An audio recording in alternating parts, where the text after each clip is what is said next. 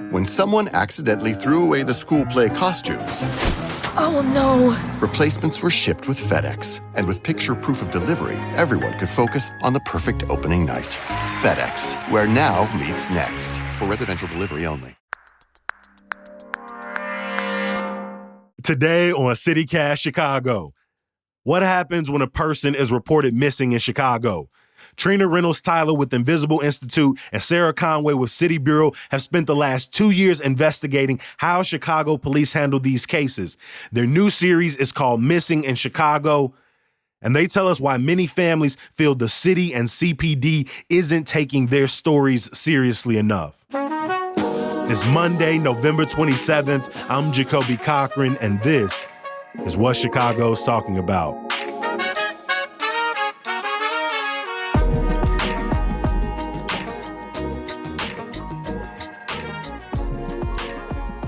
Trina and Sarah combed through data around hundreds of thousands of missing person cases. Sarah explains what they immediately saw.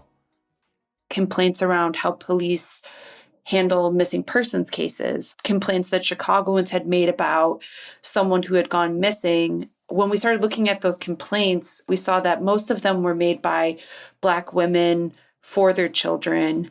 And we started seeing a pattern in the complaints that looked to people being told to wait 24 hours, people being denied missing persons reports, and also just Chicagoans receiving abusive language and threats and other things from police officers when they were attempting to report a loved one missing. Trina, I want to bring you in here. Can you describe for people who might not be familiar, what do we mean when we're saying a missing persons case? What it means to be missing is that, when someone that you love, someone that knows you, someone who's in community with you, somebody within your network doesn't see you anymore. And they're like, this feels off. Something strange is happening. I think I need to alert the authorities that this person is not showing up in the places where they typically are. And that being said, people are reported missing or go missing actually for many reasons, including wanting to disappear on their own, right? Some people leave town or they, even flee a violent situation within their living home, as an adult, even fleeing from intimate partner violence.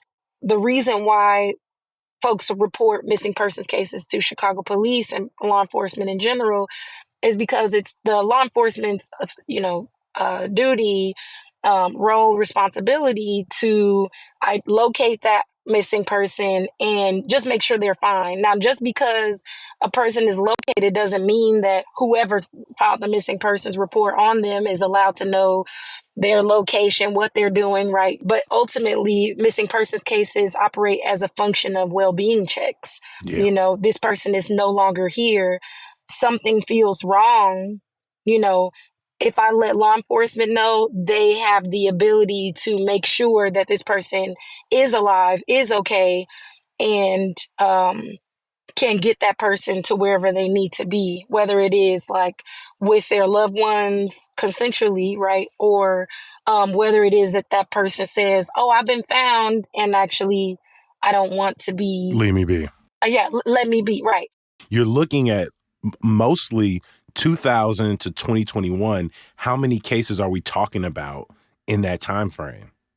Yeah, there are over 340,000 cases. 99.8% of them being closed non-criminal. So if you look at the number of cases that were being filed in the early 2000s, you would see like over 20,000 cases in a year. But over time, cases began to go down. And now we're at, over 8,000 cases. But it's interesting, the cases, when you look at the cases that actually decrease, they're mostly for the cases of Black children. It's like the number of white children, white Hispanic folks, like the other demographics, they decrease just a little bit. We're talking in the early 2000s, again, over 20,000. But for some reason between 2000 and, today, we see like a steep stark decrease in the cases of missing Black children. Reported or closed? Well, this is reported, right? Okay. And it's unclear if that's because there aren't as many Black children who are missing, or if the cases of Black children who are experiencing missingness are just not actually getting reported as frequently as they used to be. We're going to jump into how does CPD gather data? What can we learn about some of the gaps in that data? Sarah, I want to bring you back in here. We've talked about it a little bit. When we look at this, over 300,000 cases in the last 2 decades, who largely goes missing in Chicago? One of the things we found when we looked at reported missing persons cases to the Chicago Police Department is that Black people in Chicago make up about 2/3 of all missing persons cases over the past 2 decades. And in particular, Black girls and women between the ages of 10 and 20 make up about 30% of all the missing persons cases in the city, despite compromising only 2% of the city's population as of 2020. 2%. Yes. And, I think another thing that's really important to point out that we would talk about often is that about 60% of the reported missing persons cases are for Black children in the city. So when we look at the data, it's really an issue that's impacting Black people in Chicago disproportionately, as well as Black youth, in particular Black girls.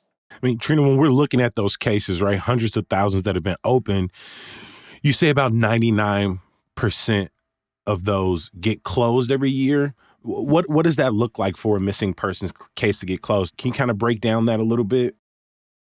Chicago police are not allowed to deny any missing persons report for any reason, no matter how long the person has been missing or no matter the relationship the person reporting has with the missing person.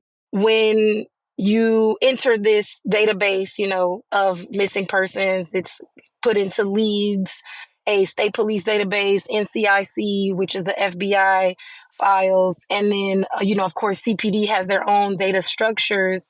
When you look at CPD data structures, the information provided to us through public records requests told us the definitions of a case status.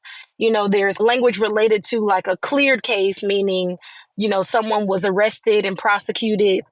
There's language around a case suspension. For example, if they, can't find any additional information related to the case and they're just going to put the case on pause until they can, submit more information, motion comes. And then, of course, there's the closed non-criminal status, which is incident not criminal in nature, and the person is likely found. Now, the problem that we discovered with that case closure is that there were several instances of homicides that were actually documented homicides that were closed as non-criminal, as well as a handful of cases that had been closed non-criminal, although the person had not actually been found. For example, in the case of Desiree Robinson in 2016, a young person, a teenage girl who had been reported missing by her grandfather on November 29th, come December 20th, officers wrote a report up. They said, we spoke to the complainant, missing has been located, victim, offender, no. What we don't see in that report is that she had not actually been found, and 4 days later she was murdered. And her body was found in a Markham, Indiana garage. She had been murdered by someone who had sexually abused her. And it's really tricky here when you're talking about this case closure. And so, when we first looked at the data, the thought was, okay, these are the cases that are criminal in nature. These other cases here, not criminal in nature. But then when we began to pull the underlying documents and cross-reference them with family stories, we got a different picture. We saw that there were murders, cases that were criminal in nature that lived within the data. And then also, again, this handful of cases where officers wrote in a report that the missing was located and was not a victim or offender of a crime, but they actually had not been located. In some cases, those people were deceased, but officers, for some reason, without that knowledge, wrote down on a piece of paper that that person was just fine and had been found safely. Sarah, I want to bring you in here. Has the city and police department openly acknowledged these very clear racial disparities in the data they do have available? I would say no. We tried to engage with the Chicago Police Department over 10 times to talk to them about how they handle their data, how they handle their records, how they handle detectives who, families have made complaints about. But unfortunately, the Chicago Police Department never granted us an interview. We did get a response from the Chicago Police Department where Thomas Ahern, their spokesperson, stated that they do treat all cases equally and fairly. But I would say overall, there wasn't an acknowledgement to us or a willingness to really discuss our findings into this pattern of neglect and massive amounts of data actually missing.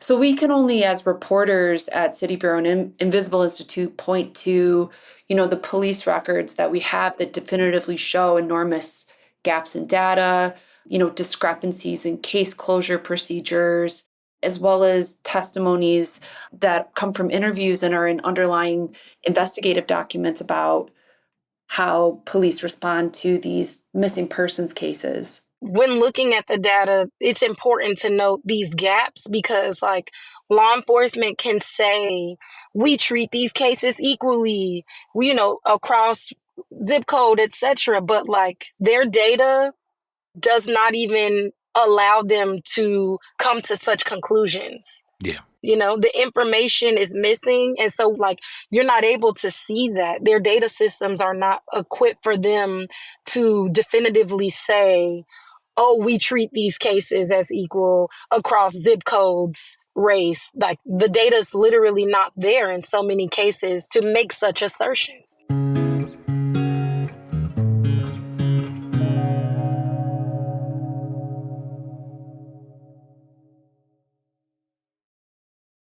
You all's investigation does an amazing job of reminding people as it moves along that these are not just data points. These are people's lives. As you were moving through these hundreds of thousands of cases and seeing that despite only making up 2% of the city demographic, 30% of the cases are Black women, girls, non-men, what does it feel like to kind of move through those file cabinets and PDFs of cases? Well, so one thing I would say is, like, that 30% number is for ages 10 to 20 for that age group, which is really frightening, right? Because that is the sexual exploitation age. That's that hypersexualization of Black girls age. That is that age where, you experience conflicts in your home and you're like, I can't be here anymore. And you may be, forced into the street using your body as the only opportunity for negotiating your access to something like housing, right? Somebody's like, well, you can stay on my couch if you X, Y, and Z. And so going through all of these stories, knowing that, even these instances where even if a young person ultimately came back home, it made me think about what happens to them while they are missing and the ways that Black girls in particular are sexualized and exploited. And it goes so underreported, sometimes never being reported, right? And so it's deeply frightening, and it's as a Black girl myself, as a girl who knows so many other little Black girls and who sees the way that society treats and engages with this demographic, it makes me really want to fight, fiercely for spaces and conversations that acknowledge the reality of what young people in general are facing. Yeah, in addition to going through these cases, as you said, there is narrative, there's documentary provided by this investigation. What has been many people's experience working with CPD during a missing persons investigation? I saw things like no one cares and, no one followed up with us. Trina, what were some of those common threads and experiences you were hearing from different families? The first thing that we heard was, right, this frustration with officers telling people that they could not file the report, that, encouraging them to not file the report, saying things like maybe they ran away, maybe they're with a boyfriend, etc. Right? Moving past the officers finally even allowing them to report their loved one missing in some cases, we see officers victim blaming the missing person, alleging because of their history of substance use that their missingness is somehow their fault or not worthy of looking into. We saw issues where folks were talking about how officers were just being dismissive and not following the leads that were necessary in order to close the case and identify what actually happened. There is one complaint that comes to mind that is not actually a family member, but where a DCFS worker talks about their frustrations with a police officer who was closing a case, and she was saying like, that person has not been found, please do not close the case. The complainant says, that the officer says, well, I went to this place and this this child in care, they were there, and the DCFS worker says like, that young person is not there, I went there. And then the officer laughed and called her sweetie. There's also this kind of what really to me hinted at like ways that sexism also can play a role in the treatment of women attempting to engage with police and law enforcement. Now, of course, like, we can't say this is across the board, like what every police officer is doing. But it's interesting, of the 54 complaints, like, it's not like there was like one officer who was named in all of those complaints, or even of all the families we spoke to, it's not like they were all dealing with the same police officer. No, they were dealing with. But there's like an institutional sort of nonchalantness to when we're talking about crimes largely impacting non-men, girls, and women, whether it is missing persons, whether it's sexual or domestic abuse. There's sort of this, what you want me to do about it. That's the sentiment that and it's like a cultural. It's like you're saying like institutions, like because these folks are attached, connected across time and space, not by way of an individual officer, but by way of their experience with the institution of Chicago Police. Even when we spoke to detectives within CPD, this was a sentiment that came up as well, is that missing persons are not a political priority for the Chicago Police Department. That the priority is shootings and violent, like what's seen as violent crime, and it trickles down from whoever the mayor's office is appointed to run CPD to, the people working in that institution. And so that was something, that when we cultivated and developed police sources, that we would hear that they don't feel ill-equipped. They feel ill-equipped in ways to handle this crisis, that there are, thousands of missing persons cases. And our own findings kind of show that CPD is not really able to rely on data to really understand who's most impacted, who is, really at the brunt of this crisis, and which cases should really be prioritized. Sarah, throughout this, I know you all have looked at so many cases. Is there one that has really stuck out to you throughout this time? The story that runs throughout our investigation is about LaTanya Moore, the mother of Shantaya Smith. We went and visited LaTanya. She's now living near the border of Iowa in a very small rural Illinois town. She left Chicago after what had happened to her daughter and her family. LaTanya's experience mirrored in a lot of ways the findings that we had in the investigation. She was urged to wait before reporting her daughter missing. LaTanya also was left to conduct a lot of the investigation on her own. And LaTanya had to really in lieu of police, in her opinion, deeply searching for her daughter, Shantaya, she had to look for her with her family members and community members in North Lawndale. Ultimately, a couple weeks after LaTanya had reported Shantaya missing, Shantaya was found, her body was found just a block down from her own home in North Lawndale. And to this day, LaTanya really is still seeking answers as to what happened to Shantaya, that she doesn't have a lot of resolve around. No one has been charged in Shantaya's murder. She still doesn't have the results from the DNA evidence that was collected at the crime scene 5 years later. And she feels really deeply neglected from the Chicago Police Department. LaTanya ultimately decided to leave Chicago because of what happened. She was facing an eviction after having to deal with her only daughter going missing, her only daughter being murdered. I mean, throughout this conversation, you all have made it clear beyond the cultural and institutional dismissiveness, the data does not bear out oftentimes because it's non-existent. Trina, what are the biggest issues with how CPD is collecting or not collecting data, and how is that ultimately contributing to the problem?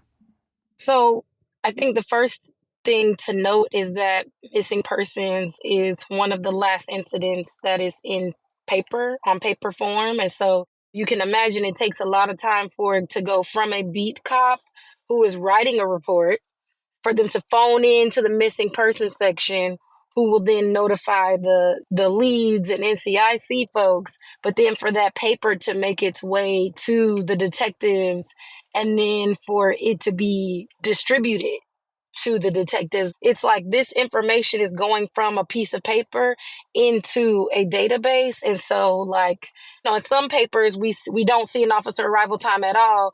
In some underlying documents, we can see when the officer arrived, but it's again not reflected within the data. So there are just like so many ways that digitizing the system could be an improvement, but it's simply not enough. One former law enforcement official, Patricia Casey, told us about how there must be some screening for missing young people, especially, but missing people when they return, as it is very likely that while they were gone, they experienced some form of exploitation, human trafficking, whatever it may be. And law enforcement has said to us, like, it's kind of hard to get a young person to be forthcoming about what's happened to them. That doesn't mean you shouldn't try. Mm-hmm. One, but two, like if you yourself as an institution recognize that underreporting occurs because people do not want to tell law enforcement about what has happened to them, then like we maybe need to reconsider who is in front of young people and taking the reports of what actually happened to them while they were in the streets. Young people have fears that they themselves might be criminalized for telling police what happened to them while they're missing. Sarah, we've heard from Mayor Brandon Johnson and Governor Pritzker at different times throughout their administrations that they want to do more here. But what is the city and the state? What is being done at the city and state level as of now? That's a really great question. So we know that Mayor Johnson campaigned on establishing a missing persons initiative to direct more resources and training towards community members, how you can equip and train community to better support one another when individuals go missing. We had reached out to Brendan Johnson's office, but we didn't get any comment or an interview to understand the ways that this campaign pledge is going to manifest. Mm-hmm. I would say that when we talk to State Rep Cam Buckner, who is a co-chair with State Senator Maddie Hunter of the Illinois Task Force on Missing and Murdered Chicago Women, which started this year, and is going to be delivering a report to Governor Pritzker as well as the Illinois State Legislature in the end of 2024. State Rep Buckner told us that, they can write laws in Springfield, but ultimately a lot of change within CPD falls to city council and the mayor's office putting pressure on the Chicago Police Department to make change, to abide to state law, to have better data practices, to put more attention into missing persons cases, to perhaps have a missing persons unit. That's one thing that advocates and law enforcement would point out to us is that that doesn't exist within CPD currently. So, but does exist in other police departments nationwide. It's kind of up in the air about like what Mayor Johnson is going to do with this missing persons crisis in Chicago. And it seems like there's a lot that could be done by both city council and the mayor's office into holding CPD to account. I mean, it goes without saying, for many of the people, the families involved here, this is some of the scariest or the worst things that have ever happened in their life.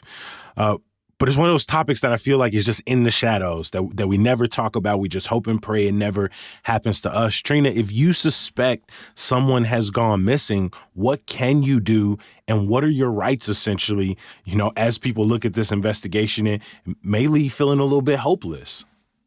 So one, I'd like to point folks to the resource that lives on ChicagoMissingPersons.com. It's a Know Your Rights resource that just equips folks with the language, word by word, what to say to police when you're at the district, especially when they tell you, deny your report, like it is against state law and police directives to deny my report. Like we've given folks that as a resource. So if there's anyone out there who is just like, well, what do I say when they tell me no? Please take a look at that guide. But also within that guide is like some advice that we were able to gather from people who had experienced missing loved ones before. Things like bringing an advocate with you when you are attempting to report your loved one missing. Things like, creating flyers and actually canvassing, spreading the word around, getting your missing loved one back.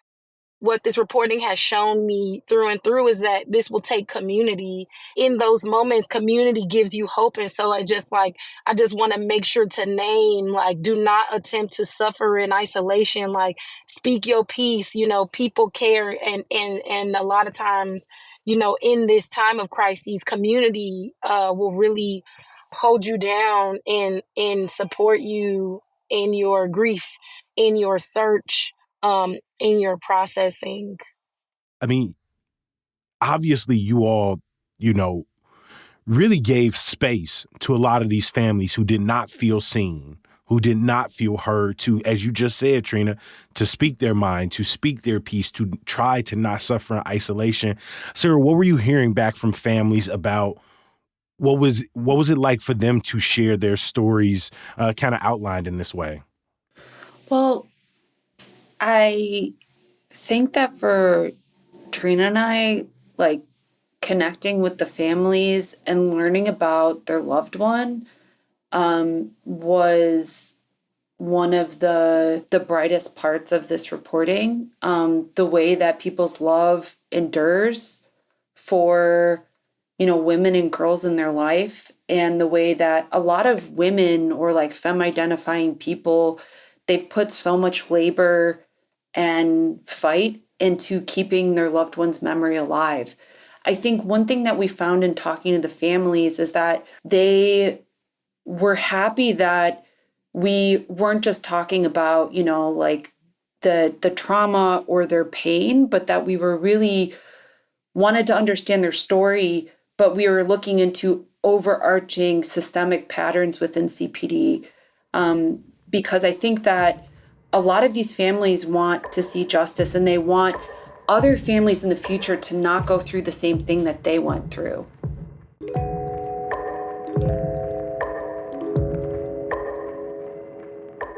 To follow this entire series, visit ChicagoMissingPersons.com. We'll drop a link in the show notes.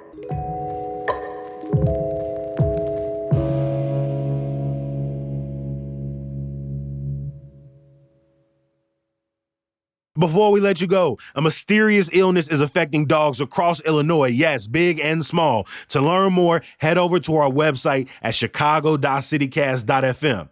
That's also where you can subscribe to our daily newsletter, Hey Chicago.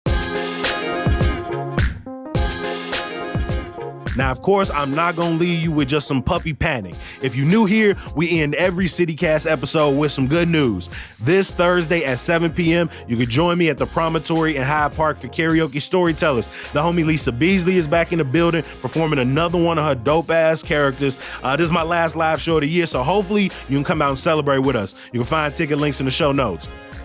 As always, we appreciate you for reading and listening. Make sure you bookmark chicago.citycast.fm and save our number in your phone, 773-780-0246. I'm going to talk to you bright and early tomorrow. Peace.